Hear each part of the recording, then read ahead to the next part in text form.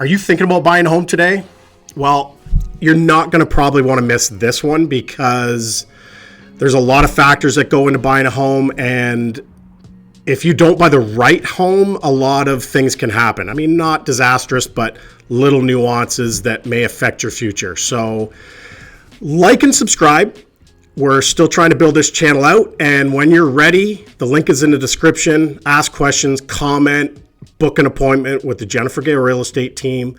Welcome to the channel. This is a big one today. I'm excited about this one. I'm so excited. I'm cracking a Gale Group juice, aka Diet Coke, for this one. Product placement, Diet Coke. If you're out there, we fully support you.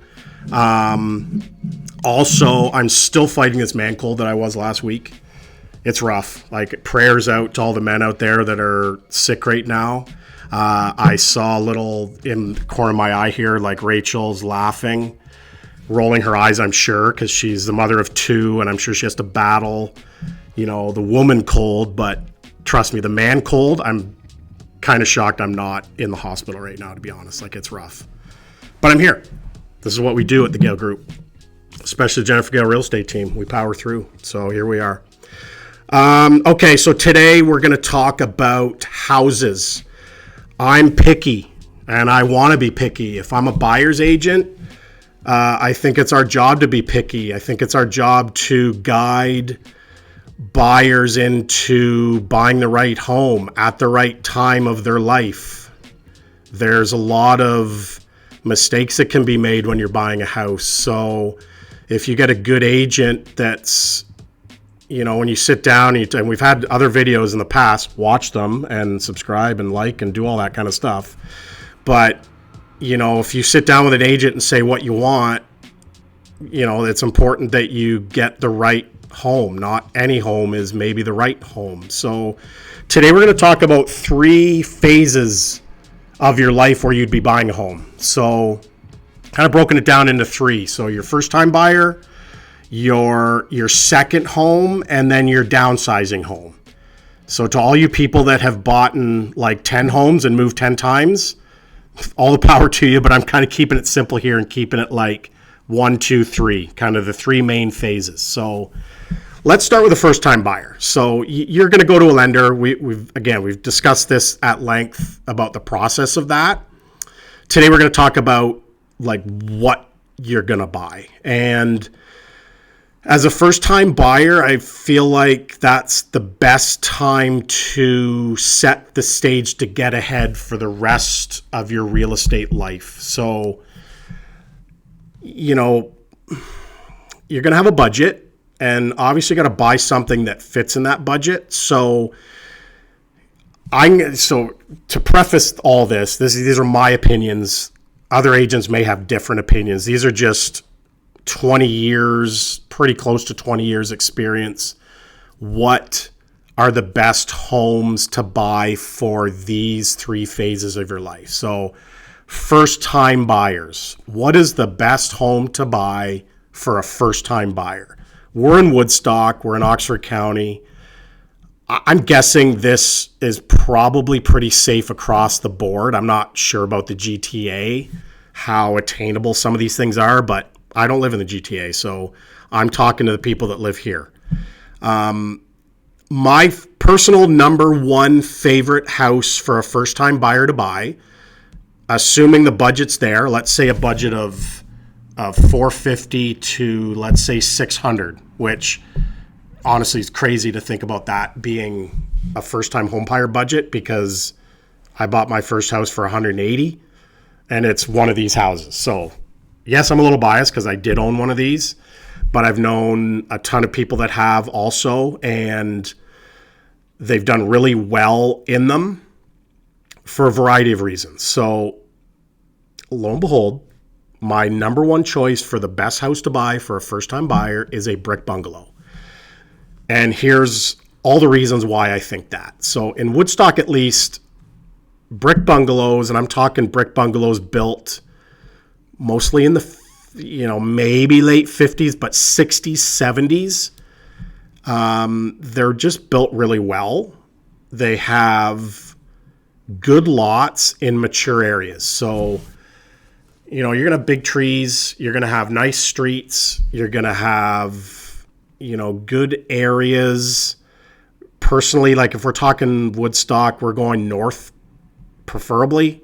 There's great areas in the south, but north, I'm like northeast. So, that whole area was built kind of in the 60s.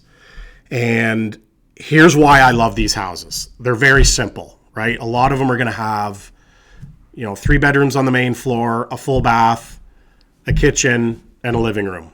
The basement will consist of most likely, a cinder block wall going right down the middle, kind of hold up those floors. And one half's going to be like a rec room. The other half is going to be utility. You may or may not have a full bathroom downstairs. If you don't sweat it. Like, to me, getting into the market is the most important thing. So if you're a first-time buyer who can afford that excuse me, that 550 range, it's just a great house to buy. And looking into that house, you go on a tour. If the furnace is in good shape, if there's no signs of water in the basement, if there's no signs of the roof leaking, it's kind of like all you have to worry about, really. Like, the wiring's probably not going to be, you're past the point of having knob and tube. You're past the point of most likely having galvanized plumbing. You may run into that, but you may not. A lot of it's copper by that time. If they've had some work done, it'll be plastic. The roof lines. So there's not a lot of valleys in the roof. So if you got to get the roof done 3 or 4 years down the line, like it's a cheap, roofs are cheap to do, but it's a cheaper roof to have to do. They're just rectangle houses that are very simple. It may or may not have a garage. I think for a first-time buyer, I wouldn't get caught up in having a garage. And you want one, great. But if it doesn't have one, don't sweat it. Like, get into the market in a good area in that house if it exists. So obviously right now in this market, it's very doable. It was harder, back 3-4 years ago. And, buyers couldn't be as picky, but now they can be a little picky. But to me, it's more important to get into a good area in a good brick bungalow than it is to maybe hold out and wait for a garage. It's just, you're a first-time buyer. You might have to check yourself and realize, like, you're not going to get everything you want, but that's just a great starter home. For all those maintenance reasons I just mentioned, but also resale. Resale is very important for a first-time buyer because, if that's your first home, you may spend 5, 6, 8, maybe even 10 years in that house. What's it going to look like when you sell it, right? Is it going to be easy to sell? Going to be hard to sell? That's a big deal because that's where you're building your equity. So we're going to want that house. They're going to be on 50 by 100, 110, 120 foot lots, good area, good house. We want to stay away from corner lots. Corner lots back in those days were done differently than they are now. Like, corner lots then had a lot of frontage, a lot of side yard, but they had no backyard. So even though you may not have kids, you may not have a dog, you don't care all that much, but the majority of people do. So stay away from, like, if you can, obviously, a corner lot, a lot that's on a really busy road, if it's possible. Again, I mean, obviously, people live on those streets and they love their houses, and that's great. But if you can help it, keep to the side streets, right? It's just simple as that. Houses that back onto train tracks. I've sold them before, and people that live there they say it just becomes white noise. They get used to it, and it's not a big deal. But if you can avoid it, because when the market's great, everything sells. When the market takes a turn like it is now, then those become the last things to sell, right? The best lots sell first, sell the easiest. The tougher lots sell the hardest. So that's about as simple as it gets. So that's my number one. Brick bungalow, first-time buyer. It's money in the bank. You can't lose. Trust me, you can't lose. Number two, I think is like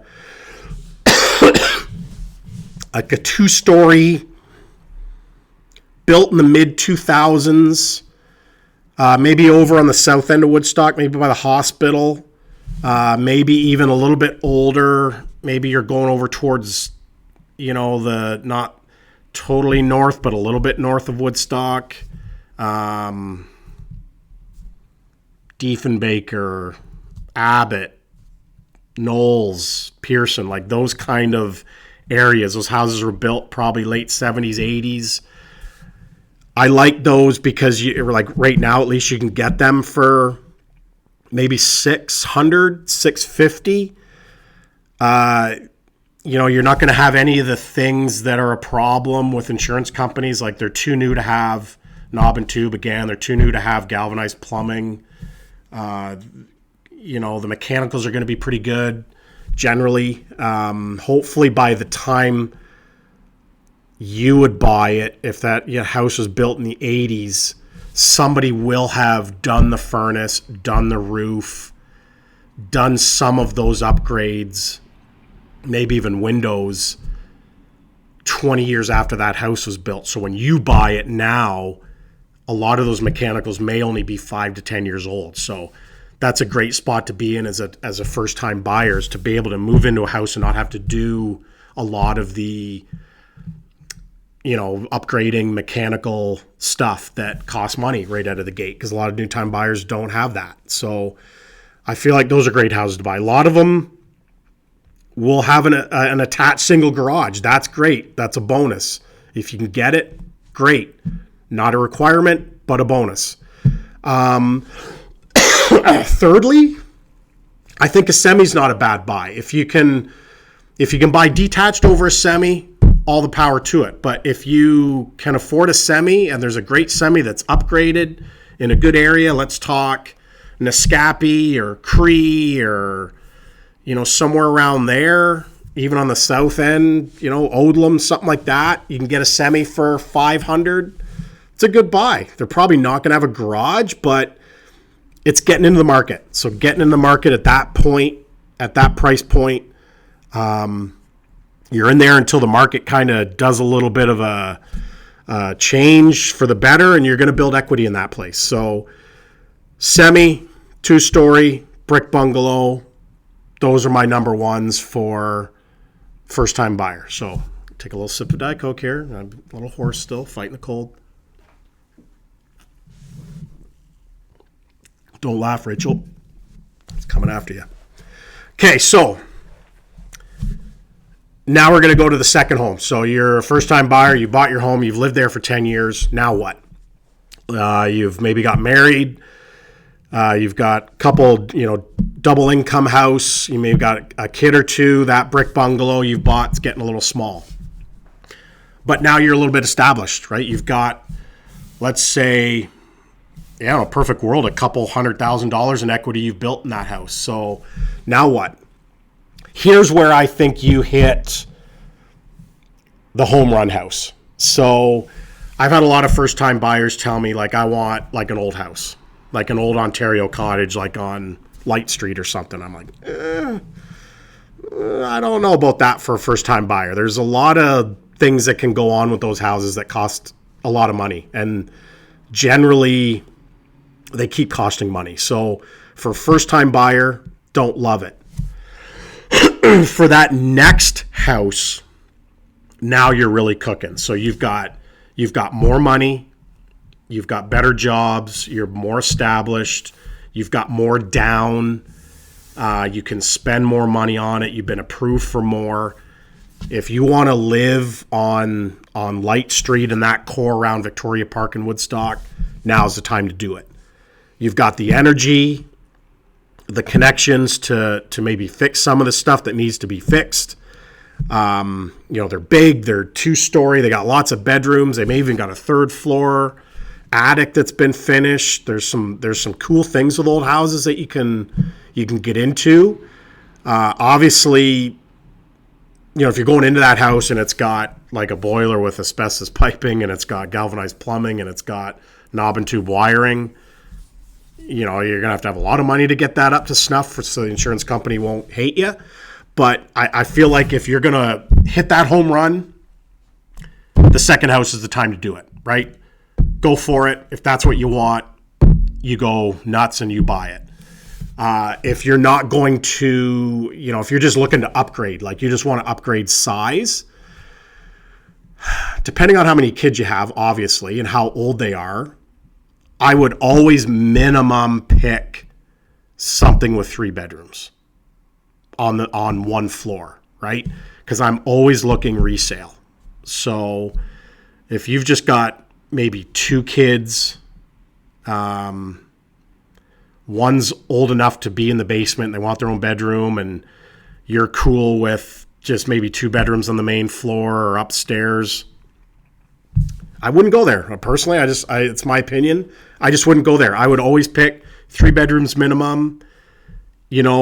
In a perfect world, buying a 3-bedroom ranch bungalow with a double attached garage in a good area, to me, is gold, because you can stretch that out a little bit longer in your life to live there before you think like, geez, these stairs are getting to us, or we're getting sick of going up every night to bed and whatnot. So 3-bedroom ranch, big house, big lot, big area out in the country, let's say an acre, a shop, don't mind cutting lawn, you got lots of money. There's your second house.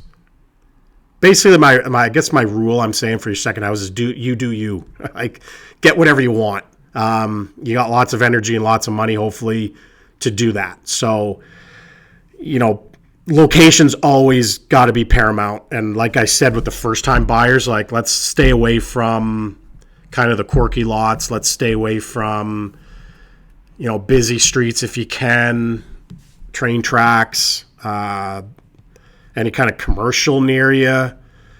Let's just get a good area with good schools, good parks for your kids, good lot for your kids, fence, pool, you name it. Let's go there for your second home. Assuming budget's not a requirement, not a big deal as it was your first time buyer. Let's go there for your second home. You do you. Lots of good houses, lots of good options out there. You can go newer, big 2 stories in the newer subdivisions in Northeast Woodstock. $900, $1 million, double attached garages, finished basements, 4 bedrooms up, worry-free, built 10 years ago. Perfect. If you don't want subdivisions, go to the older areas. North of Devonshire, so North Woodstock, you're talking, Windermere Crescent, Northland Crescent, Fairview Crescent. Great areas. 2 stories, big lots, mature, awesome. Close to the trails, perfect. Heading into phase 3 here. Another drink. I'm sweating. I'm so excited. I like talking about this stuff. Okay, so your kids are older. They're in their 30s. They're off. They're started their own family. You got this big 2-story on Light Street that you've lived in for 20 years. You raised your kids there.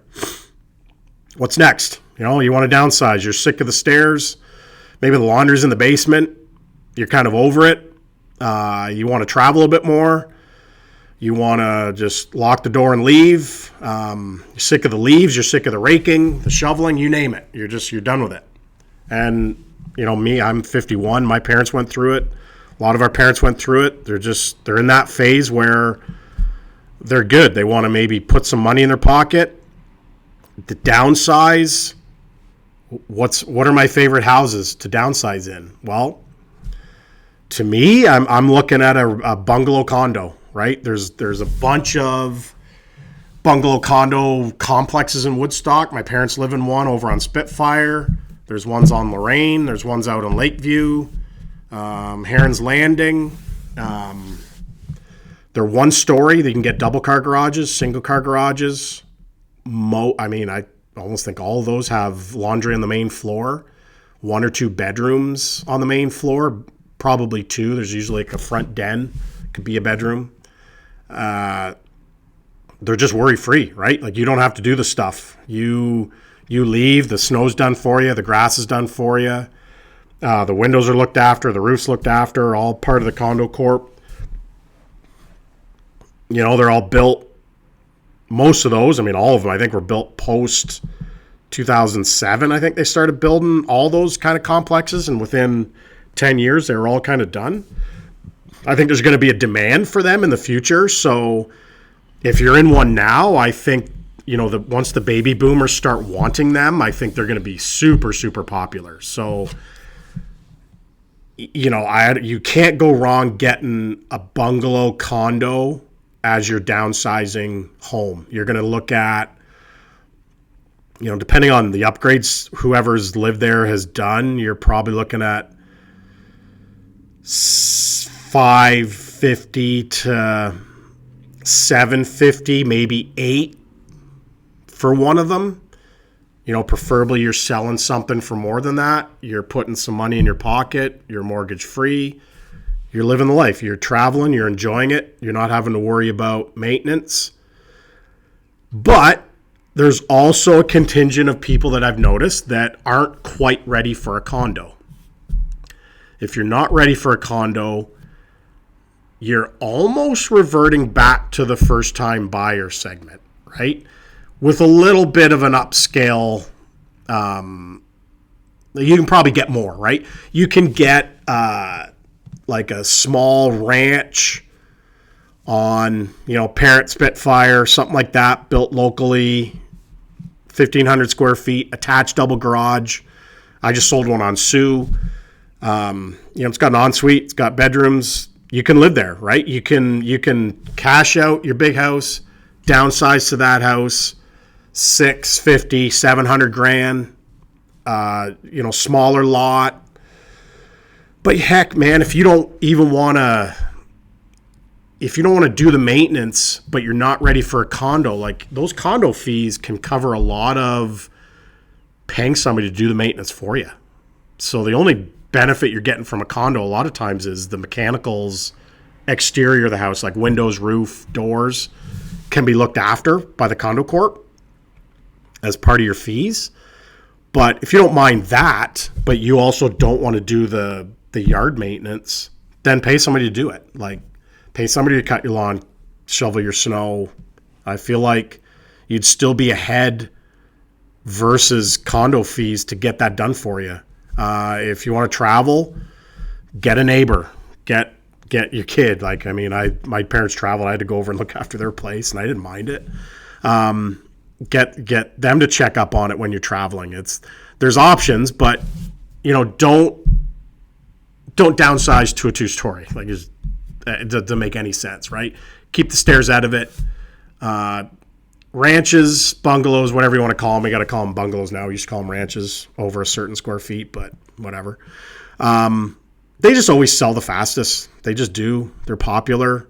They're popular for first-time buyers. They're popular for downsizers. They're just good. They're on bigger lots, wider lots, because you're not building up, you're building out. So they're on wider lots.